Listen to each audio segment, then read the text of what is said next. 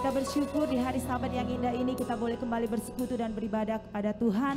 Meskipun Bapak Ibu saat ini kita beribadah tidak bisa bersama-sama secara fisik di gereja, tapi kita percaya Roh Allah bersama-sama dengan kita di tempat kita masing-masing. Amin.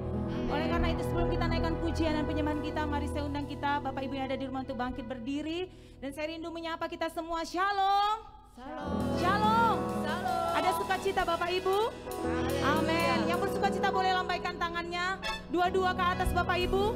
Yang orang-orang percaya bersama dengan saya setuju, berikan tepuk tangan yang dahsyat bagi Tuhan dan sorakan haleluya. Haleluya. Mari bersama dengan kami Bapak Ibu kita angkat pujian.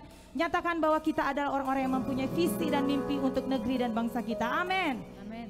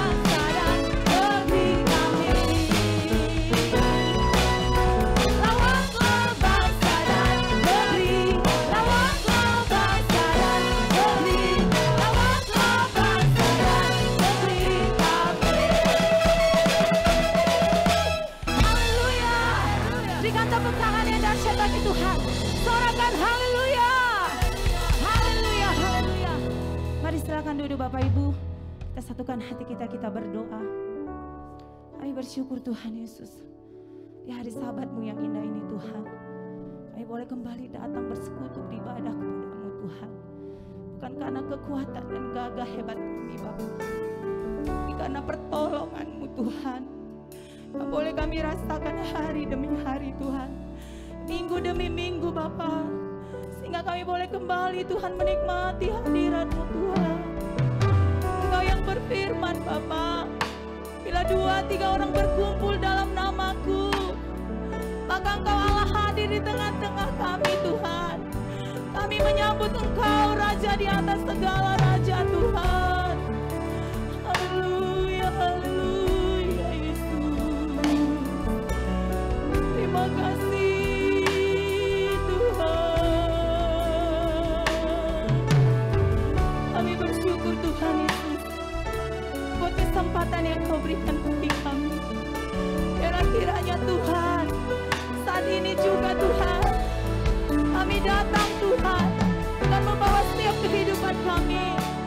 Mari pakai mulut kami untuk menyatakan kemuliaan-Mu. Mari pakai tangan kami Tuhan untuk menyembah Engkau. Pakai hati kami Tuhan untuk menyembah-Mu Yesus. Seluruh hidup kami hanyalah untuk menyerahkan-Mu.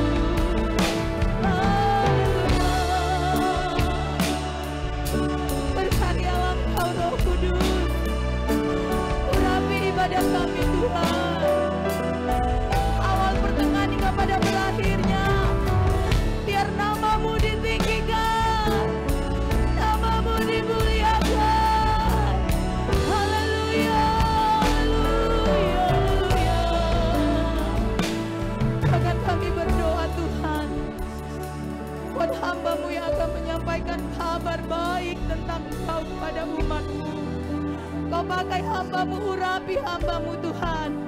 Pakai mulut bibir hamba-Mu untuk menyatakan kabar baik Tuhan yang Kau sudah sediakan bagi kami jemaat GBK Hotel Bapa. Berkaryalah Engkau Roh Kudus, jagai hamba-Mu, urapi Tuhan dalam kuasa-Mu. Inilah doa kami Bapa. Kami serahkan ibadah kami ini Tuhan. Dan setiap kami orang-orang yang percaya, mari bersama-sama dengan saya kita katakan amin. Haleluya, haleluya. Kita akan lebih lagi untuk boleh merasakan hadirat Tuhan. Pujian ini menyatakan seperti firman-Nya Tuhan berkata di dalam 2 Petrus 3 ayat yang ke-9, bahwa Dia Allah yang tidak lalai menepati janjinya. Sebab Dia Allah yang tetap senantiasa sabar, walaupun ada banyak di antara kita yang menganggapnya itu semua adalah sebuah kelalaian. Tapi satu yang Allah kehendaki, supaya kita tidak ada yang binasa, melainkan kita boleh bertobat dan berbalik kepada kebenaran-Nya. Mari bersama-sama dengan kami Bapak Ibu kita angkat pujian ini. Haleluya Yesus. Engkau yang lebih tahu cara untuk membuka jalanku. Amin. Engkau yang lebih mengerti cara untuk menolong hidupku. Mari kembali nyatakan pujian ini Bapak Ibu. Engkau yang lebih tahu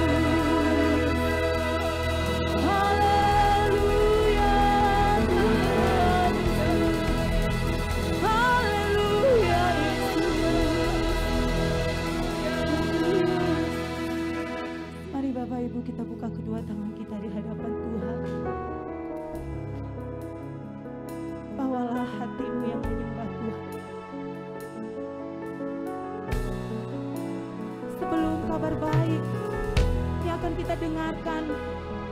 Mari kita bawa hati kita untuk mulai dijamah oleh Tuhan, sehingga setiap perkataan Tuhan yang akan kita terima boleh tertanam, bertumbuh dan berbuah dalam setiap kehidupan kita. Haleluya.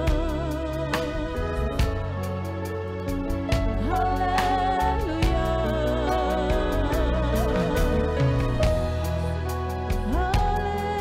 Haleluya Yesus. Haleluya. Haleluya. Kami bersyukur Tuhan.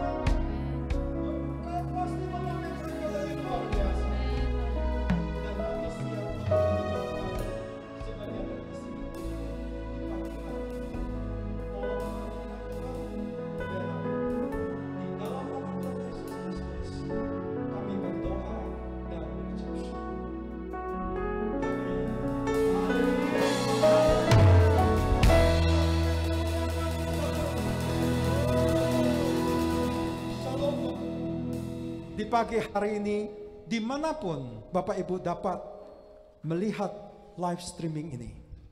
Nah, Bapak Ibu yang saya kasih dalam nama Tuhan Yesus Kristus, tidak terasa kita sudah menjalani hampir 204 atau sampai 205 hari di tahun 2021 ini. Amin. Sadarkah Anda seberapa besar kasih Tuhan menyertai kita semua sampai hari ini? Amin. Nah, kita sedang menuju akhir tahun 2021, lebih kurang 160 hari. Apa yang harus kita lakukan? Nah, sesuai dengan topik gereja, bahwa kita berbicara tentang integritas gereja. Tetapi sebelum sampai ke sana, saya akan berikan suatu pra-khotbah, yaitu beberapa input atau insight dari keadaan yang sedang kita hadapi bersama. Sudah hampir 18 bulan Bapak Ibu, dimulai dari Maret 2020 sampai hari ini, bahwa dunia, seluruh dunia dipenuhi dengan krisis, badai, segala badai, dan juga apa yang kita hadapi adalah pandemik dalam waktu 100 tahun yang pertama kali. Bapak Ibu yang saya kasihi, kita membaca di sosial media beberapa hal yang terjadi, fenomena alam. Nah, dalam 1 minggu terakhir atau 2 minggu terakhir, kita membaca banjir terjadi di sana sini. Di Jerman, di Amerika, di kota Washington, dan juga Bapak Ibu, terjadi juga di Cina dan di Jepang. Kadang-kadang saya berpikir, apa sih yang terjadi? Nah, mungkin Anda pernah mendengar suatu istilah global warming, pemanasan global. Itu terjadi sekarang. Belum lagi yang kita lihat pada saat ini adalah tentang COVID-19. Kita semua tahu apa yang terjadi akibat dari pandemi yang COVID-19 ini. Orang berkata dengan berbagai skenario, tapi Bapak Ibu yang saya kasihi, janganlah waktu kita habis untuk mendengarkan gunjingan yang demikian. Tetapi yang harus kita lakukan adalah berserah kepada Tuhan dan berdoa. Amin. Itu urusan kita sebagai anak-anak Tuhan. Jangan kita ikut nimbrung, berbicara, berdiskusi tentang skenario-skenario tertentu. Biarlah hari ini, mulai khotbah hari ini, saya berharap kita semua seiman, setuju bahwa tetap berdoa. Nah, Bapak Ibu yang saya kasih dalam nama Tuhan Yesus Kristus, berbicara tentang pandemik, ya, slide berikutnya, saya akan berikan satu contoh, satu informasi, yaitu data dari Badan Pusat Statistik. Yang berikutnya lagi. Satu lagi. Nah, apakah terlihat jelas? Nah, data dari Badan Pusat Statistik ini, mereka ambil dari hasil penelitian dari tanggal 10 sampai 26 Juli 2020. Jadi tahun yang lalu ya Bapak Ibu ya. Sewaktu pandemik baru terjadi, mereka lakukan survei terhadap 34.599 responden. Dan hasilnya diterbitkan. Ternyata pandemik ini memberi dampak kepada dunia usaha. Ini yang saya dapat datanya. Luar biasa Bapak Ibu. Ada 3 bidang usaha yang terkena dampak yang begitu luar biasa. Yaitu 3 industri yang terkena itu adalah, saya berikannya yang tertinggi, yaitu akomodasi dan makan, hampir 92,47%. Kemudian jasa lainnya hampir 90%, transportasi dan pergudangan hampir 90%. Itu 3 industri, 3 pelaku usaha yang dampaknya begitu luar biasa, hampir di atas 80%. Sedangkan 3 sektor usaha terendah adalah air dan pengeluaran sampah sekitar 68%, kemudian listrik dan gas 67%, dan real estate 59%. Ini data yang lalu loh Bapak Ibu, tahun yang lalu.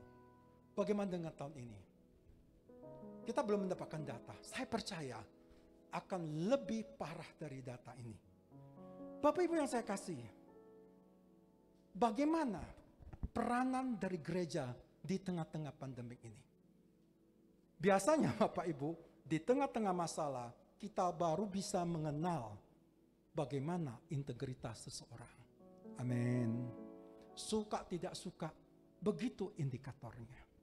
Tetapi hari ini saya mau berbagi kepada Anda bahwa apa yang dimaksudkan dengan integritas secara prinsip-prinsip Alkitabiah.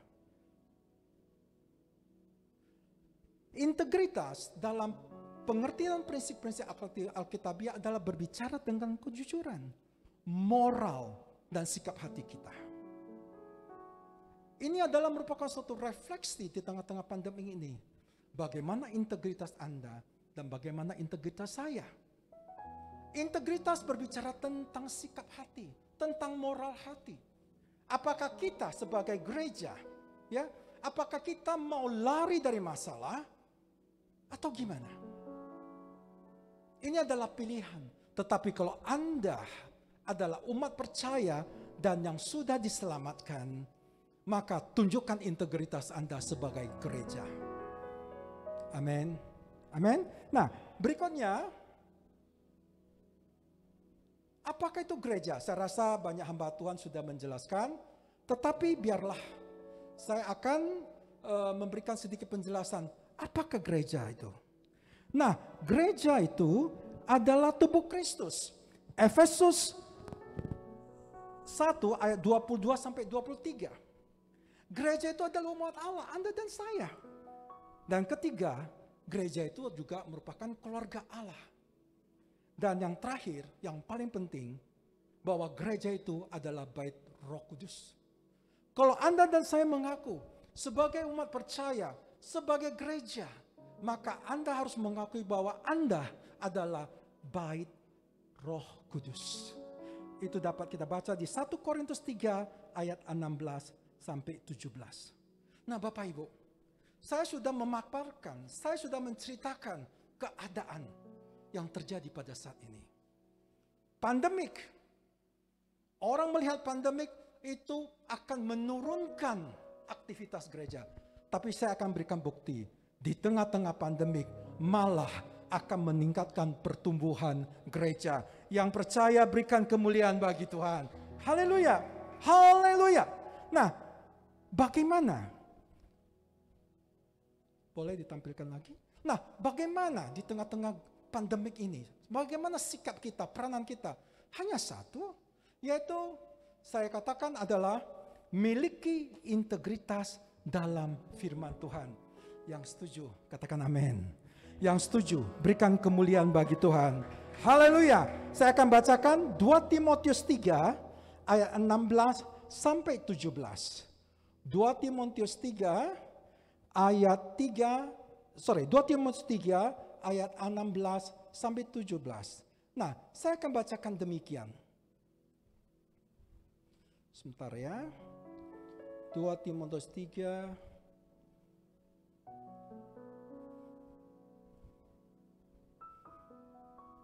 ya. Segala tulisan yang diilhamkan Allah memang bermanfaat untuk mengajar, untuk menyatakan kesalahan, untuk memperbaiki kelakuan, dan untuk mendidik orang dalam kebenaran. Dengan demikian, tiap-tiap manusia kepunyaan Allah diperlengkapi untuk setiap perbuatan baik. Di tengah-tengah pandemi ini Bapak Ibu, bukan masalah bagi kita. Masalahnya adalah respon kita terhadap pandemi ini. Apakah kita berpikiran positif atau negatif? Itu yang menentukan langkah Anda ke depan. Tetapi yang saya katakan, integritas kita sebagai gereja, miliki integritas dalam firman Tuhan. Dengan kata lain Bapak Ibu, bahwa kita sebagai umat percaya, kita harus percaya bahwa firman Tuhan itu memiliki kuasa. Amin. Nah, seperti slide yang saya tunjukkan tadi, boleh? Ya, oke. Tuhan yang kita sembah dikenal sebagai The Lion of Judah. Amin. Singa dari Yehuda. Kalau singa dari Yehuda menjadi pemimpin kita di dalam menghadapi pandemi ini, saya percaya segala sesuatu akan diselesaikan oleh Tuhan. Berikan kemuliaan bagi Tuhan. Tuhan mau memakai Anda dan saya untuk menghadapi pandemi ini. Percaya. Nah, saya akan bagikan beberapa khotbah atau firman Tuhan. Nah, sadarkah Anda dan saya bahwa sebenarnya Tuhan sudah memberikan seorang pribadi, yaitu Roh Kudus bagi kita. Nah, saya akan bacakan dari Lukas 4, ya, Lukas 4 ayat 18 sampai 19. Roh Tuhan ada padaku, oleh karena Tuhan telah mengurapi aku. Ia telah mengutus aku untuk menyampaikan kabar baik kepada orang-orang sengsara dan merawat orang-orang yang remuk hati, untuk memberitakan pembebasan kepada orang-orang tawanan dan kepada orang-orang yang terkurung kelepasan dari penjara, untuk memberitakan tahun rahmat Tuhan dan hari pembalasan Allah kita, untuk menghibur semua orang yang berkabung. Saya percaya ayat ini cocok dan sesuai dengan keadaan sekarang. Di tengah-tengah pandemik, siapa yang bisa menghadapi? Tidak lain adalah Anda dan saya yang diurapi oleh Tuhan dengan Roh Kudus tersebut. Amin. Jadi apa yang perlu kita takuti? Maju terus di tengah-tengah pandemik. Janganlah kita lari dari gereja, janganlah kita lari dari masalah, tapi Anda lari menuju masalah bersama dengan Tuhan. Yang percaya dan setuju berikan kemuliaan bagi Tuhan. Ya, next.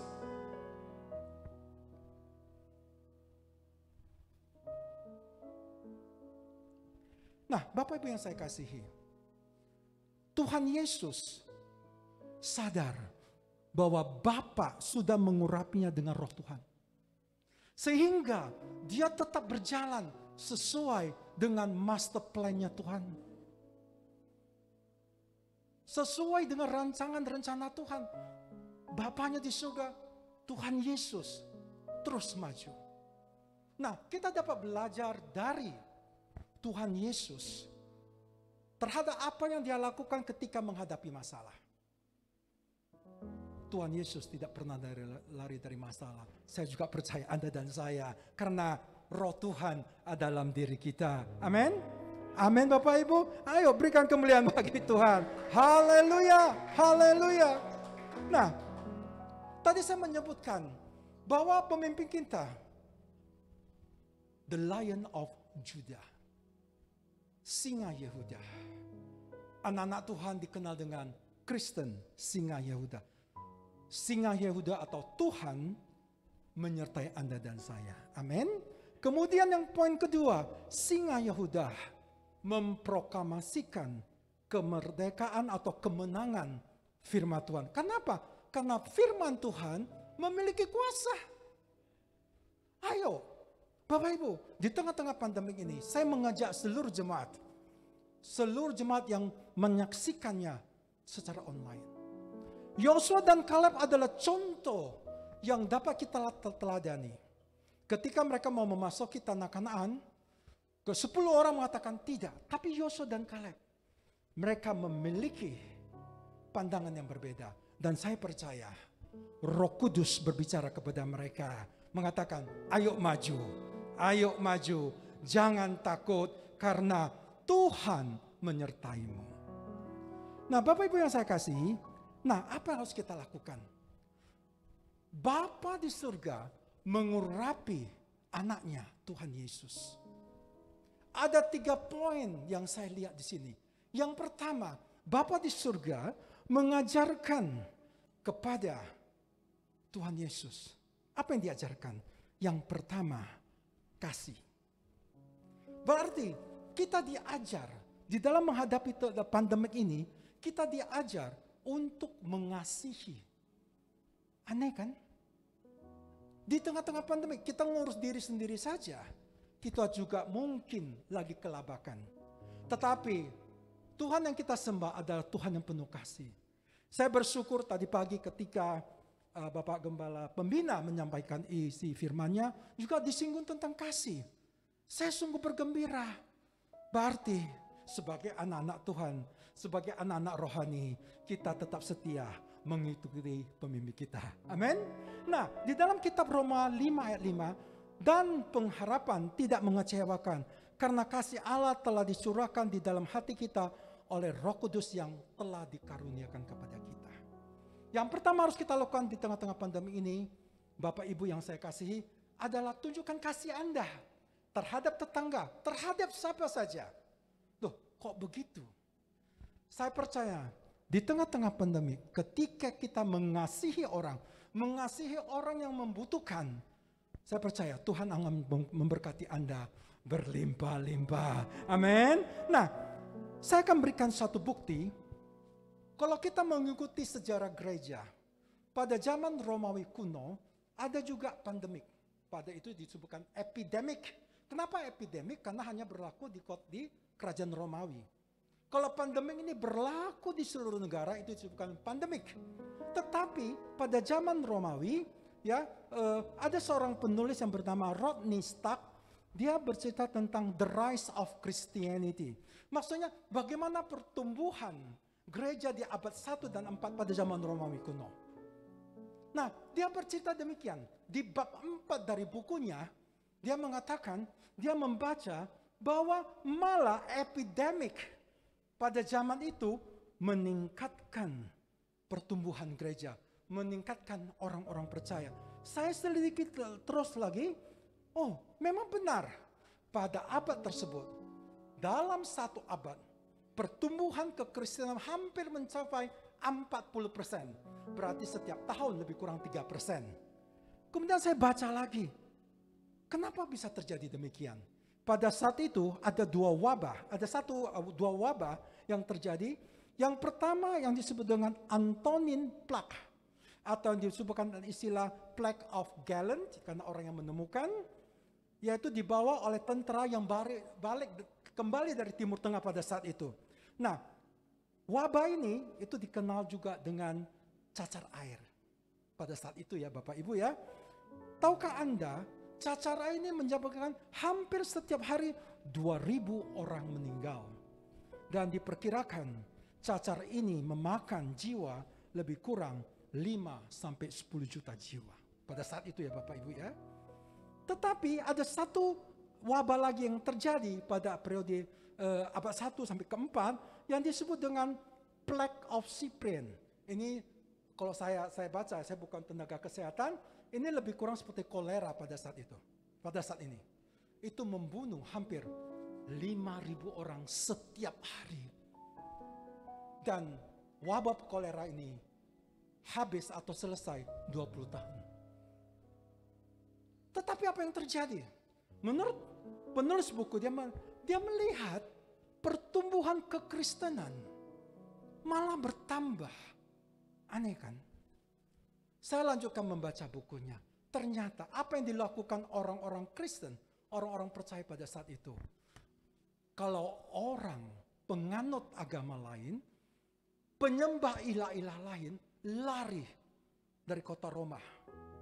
Dari desa ke kota atau kemana saja. Tetapi orang Kristen pada saat itu, mereka bukannya lari, tetapi mereka menuju orang-orang yang membutuhkan. Karena apa? Karena mereka mengasihi. Dan saya percaya ini bukan pekerjaan pribadi. Saya percaya itu pekerjaan Roh Kudus. Yang percaya berikan kemuliaan bagi Tuhan. Haleluya. Jadi ada beberapa faktor pada zaman Romawi kuno yang menyebabkan kenaikan orang-orang percaya itu bertambah. Pertama, kasih. Ya, dan yang kedua, orang-orang Kristen tidak pernah membalas orang yang memfitnah mereka, orang yang mempersekusi mereka, tidak. Malah mereka doakan. Apa yang dapat kita pelajari? Tuhan yang kita sembah, Tuhan yang mengajarkan kita untuk selalu mengasihi sesama kita dalam keadaan apapun. Amin. Amin. Nah, saya lanjutkan yang kedua, yaitu boleh ditampilkan slide-nya. Ya. Yang kedua yang dikatakan justice. Spirit of justice, kebenaran. Anda boleh artikan kebenaran, integritas, kejujuran. Anda boleh artikan itu. Nah, apa yang harus kita pelajari di sini? Dunia ini dipenuhi oleh ketidakadilan di sana sini, percaya. Dalam pelayanan juga, kita harus menyadari bahwa kita menyembah Tuhan, bukan menyembah manusia. Amin. Bahwa ketidakadilan itu ada di sana sini. Tetapi sebagai umat percaya yang dipenuhi, diurapi dengan Roh Kudus, kita harus tetap setia. Biarlah kebenaran yang membuktikan kita adalah orang-orang yang diurapi. Di dalam kitab Amos 5:24, tetapi biarlah keadilan bergulung-gulung seperti air dan kebenaran seperti sungai yang selalu mengalir. Di tengah-tengah pandemi ini, tunjukkan keadilan. Anda dan saya di dalam pelayanan, tunjukkan kebenaran, tunjukkan keadilan. Pelayanan bukan untuk mencari popularitas. Pelayanan adalah memikul salib. Haleluya. Amin. Bapak Ibu. Itu merupakan suatu tantangan Bapak Ibu. Ketika kami memutuskan masuk dalam pelayanan. Memikul salib Bapak Ibu. Tuhan Yesus sebelum Bapa di surga menggenapi janji-janjinya, Tuhan Yesus juga memikul salib. Kalau Tuhan Yesus saja memikul salib, Bapak Ibu, para pengerja, jemaat, apalagi kita. Jangan pernah mengharapkan pelayanan akan memberikan status, tapi pelayanan adalah memikul salibnya Tuhan. Di tengah-tengah pandemi ini, kita perlu mengasihi. Di tengah-tengah pandemik ini, kita perlu sebagai anak-anak Tuhan menunjukkan kebenaran. Dengan kata lain, apabila Anda dan saya mengerti firman Tuhan, taati. Karena iman tanpa firman Tuhan, tanpa action, tanpa apa yang Anda kerjakan akan sia-sia saja. Seperti Anda meminum kopi tanpa gula. Bapak Ibu saya kasih yang ketiga, kabar baik. Marilah di tengah-tengah pandemik ini, kita menjadi seseorang yang memberitakan kabar baik. Kita perlu memenangkan jiwa-jiwa di tengah-tengah pandemi ini. Jangan kita juga sebagai broadcaster berita-berita buruk. Anda harus menyatakan bahwa Tuhan, Sang Singa Yehuda, menjadi pemimpin kita. Saya percaya Tuhan Yesus yang kita sembah pasti menyelesaikan masalah. Masalah itu pasti akan berlalu. Badai pasti berlalu. Nah, kabar berita atau berita baik yang apa yang kita lakukan? Lakukan apa yang diperintahkan dalam amanat agung. Kita perlu mengabarkan Injil ke seluruh dunia. Jangan di tengah-tengah pandemi ini kita merasa kita tidak mampu. Malah menurut analisa saya, bahwa di tengah-tengah pandemik inilah saat yang tepat memenangkan lebih banyak jiwa-jiwa. Nah, berapa banyak di antara kita yang pernah berpikir bahwa hari ini kita semua harus online, belajar juga online. Menguji sidang juga pakai online. Apalagi sekarang kita memakai masker. Dari dulu kita nggak pernah melihat bahwa seluruh penduduk dunia memakai masker. Ya mungkin ada yang lain tidak memakai, itu urusan mereka. Tetapi sebagai anak-anak Tuhan, kita percaya pada pemerintah yang dipilih oleh Tuhan. Amin. Integritas sebagai gereja. Tunjukkan kasih. Nyatakan kebenaran atau keadilan. Dan ketiga, beritakan kabar baik. Di tengah-tengah pandemik, memakai online. Saya akan memberikan sedikit analisa demikian.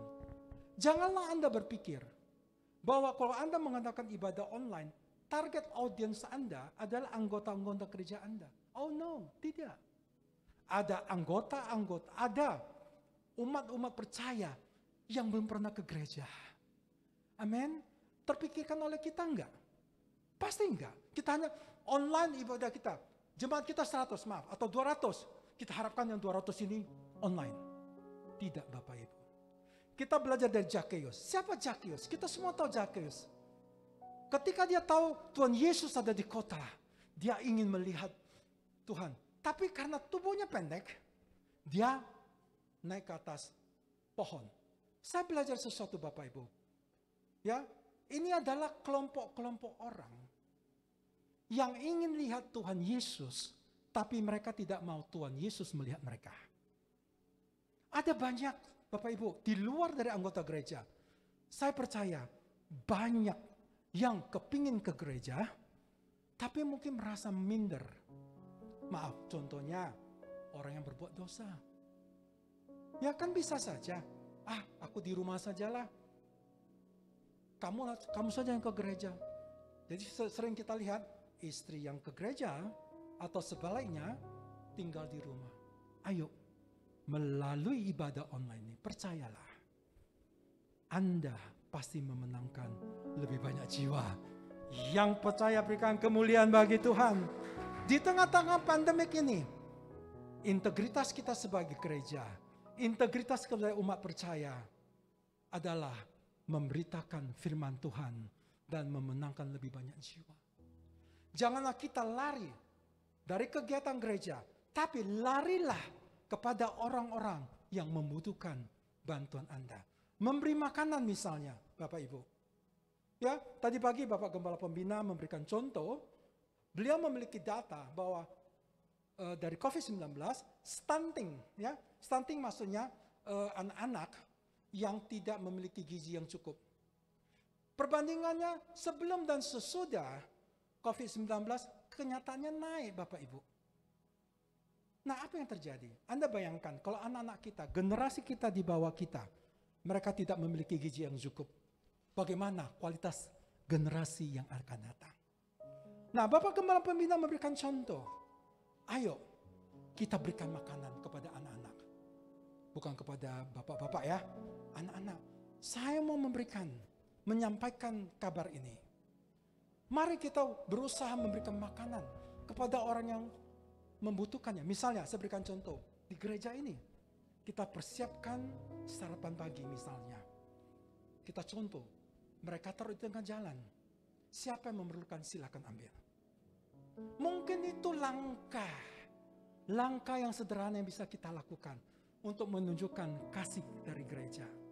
Biarlah gereja menyatakan terang Tuhan di dalam perbuatan kita.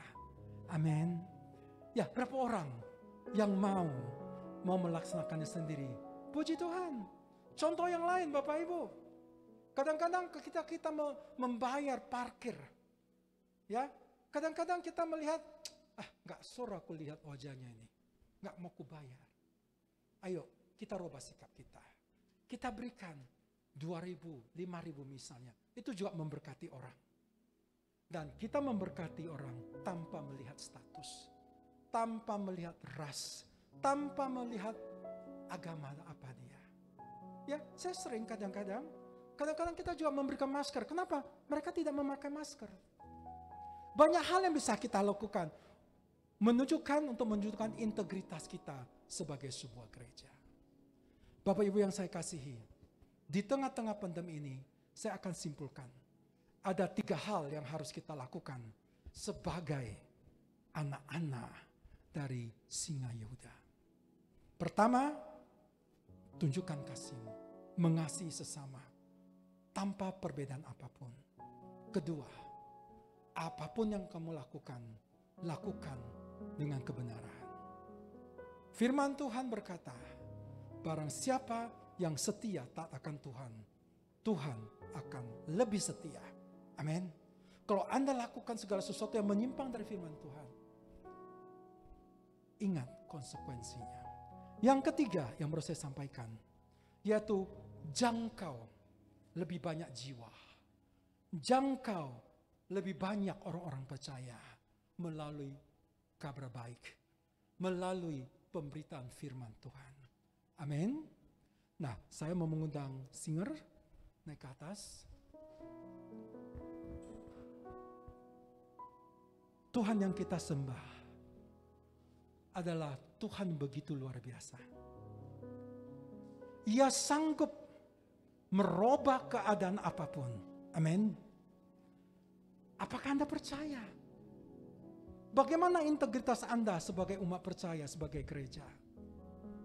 Kalau Anda mengatakan Anda memiliki integritas, maka mari kita menangkan lebih banyak jiwa di tengah-tengah pandemi ini.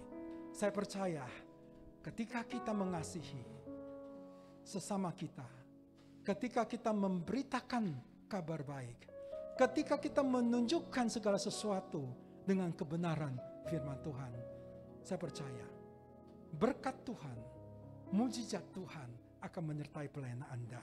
Haleluya, haleluya, haleluya.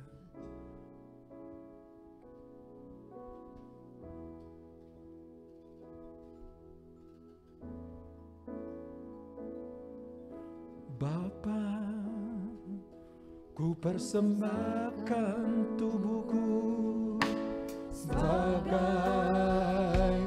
persembahan yang hidup, kudus dan yang berkenan padamu, sebagai ibadah yang sejati. Bapa, ku persembahkan tubuhku sebagai persembahan yang hidup, kudus dan yang berkenan padamu, sebagai ibadah yang sejati. Ku sembahkan Tuhan, ku sembahkan Tuhan, ku serahkan hidupku kepadamu untuk kemuliaan nama-Mu. Ku sembahkan Tuhan, ku sembahkan Tuhan, ku serahkan hidupku kepadamu untuk kemuliaan nama-Mu.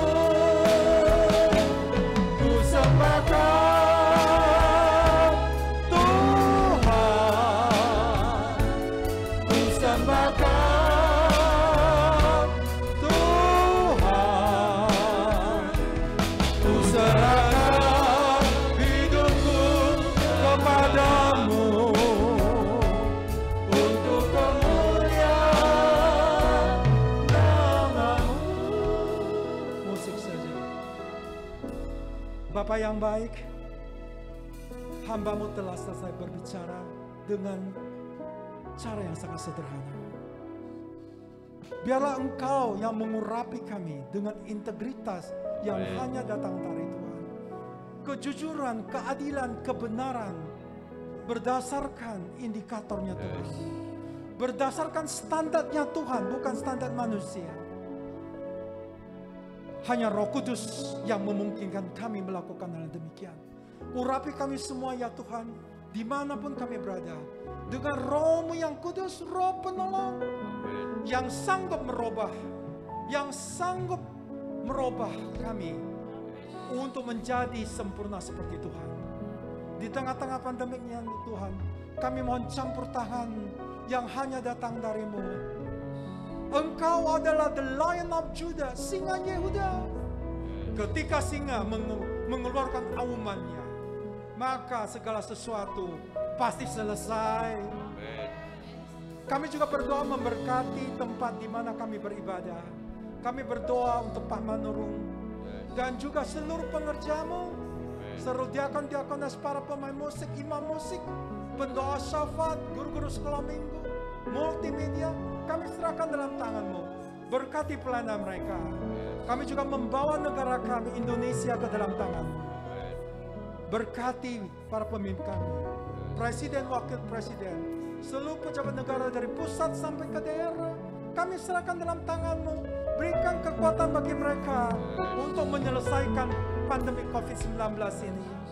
Berkati tim kerja yang dipimpin oleh Pak Luhut ya Bapak. Urapi hamba-Mu ini beserta seluruh timnya. Ya Tuhan, agar mereka bersatu padu dalam satu unity ya Bapak. Kami percaya Engkau sendiri akan melangkah langkah di depan mereka untuk menyelesaikan seluruh masalah ini. Urapi mereka dengan hikmat yang hanya datang dari-Mu. Kami juga berdoa untuk para pemimpin kami, Gembala pembina kami Pak Bambang, dan juga Gembala sidang kami Pak Yosua Ginting. Kami serahkan dalam tangan-Mu para hamba-hamba-Mu ini. Engkau mengurapi mereka dengan keberanian, dengan kejujuran untuk menggembalakan seluruh domba-domba-Mu. Kami serahkan juga Pak Edi, ya Tuhan, Engkau berkati hamba-Mu ini beserta keluarga mereka. Kami serahkan dalam tangan-Mu. Kami serahkan ya Tuhan, seluruh rancangan dan rencana pelayanan dari gereja setempat ke dalam tangan-Mu. Kami berdoa, Engkau akan mencukupkan segala kebutuhan keperluan mereka di dalam nama Tuhan Yesus Kristus. Kami percaya melalui pelayanan ibadah online ini semakin banyak yang dimenangkan. Amen. Untuk Tuhan. Berikan kemuliaan dari Tuhan. Haleluya. Haleluya. Haleluya. Ku sembahkan Tuhan. Ku sembahkan Tuhan. Ku serahkan hidupku kepadamu untuk kemuliaan nama-Mu. Ku sembahkan Tuhan, ku sembahkan Tuhan, ku serahkan hidupku kepadamu untuk kemuliaan nama-Mu, untuk kemuliaan nama-Mu, untuk kemuliaan nama-Mu.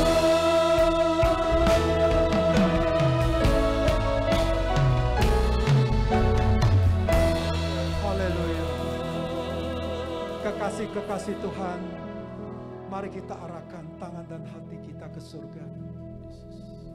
Terimalah berkat dan kasih karunia dari Allah Bapa dengan persekutuan manis dengan Roh Kudus. Berkat, kasih karunia, hikmat Tuhan menyertai Anda dan kita semua mulai hari ini sampai selama-lamanya, bahkan sampai Maranatha. Yang percaya berikan kemuliaan bagi Tuhan. Haleluya.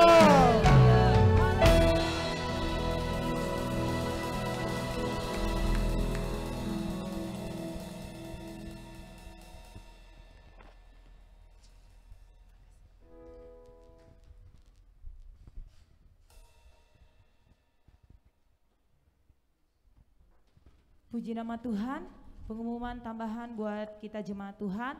Bagi Bapak Ibu yang rindu memberikan persembahan, baik persembahan persepuluhan, persembahan ucapan syukur, dan juga persembahan janji iman untuk pembangunan rumah Tuhan di tempat ini, boleh memasukkannya ke nomor rekening gereja kita yang sudah tertera di multimedia Bapak Ibu.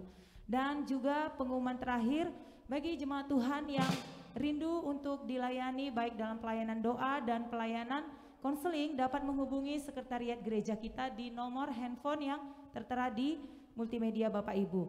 Demikian berakhir sudah ibadah kita. Tetap jaga kesehatan Bapak Ibu. Salam untuk seluruh keluarga yang ada. Sampai bertemu minggu depan. Tuhan Yesus memberkati. Shalom.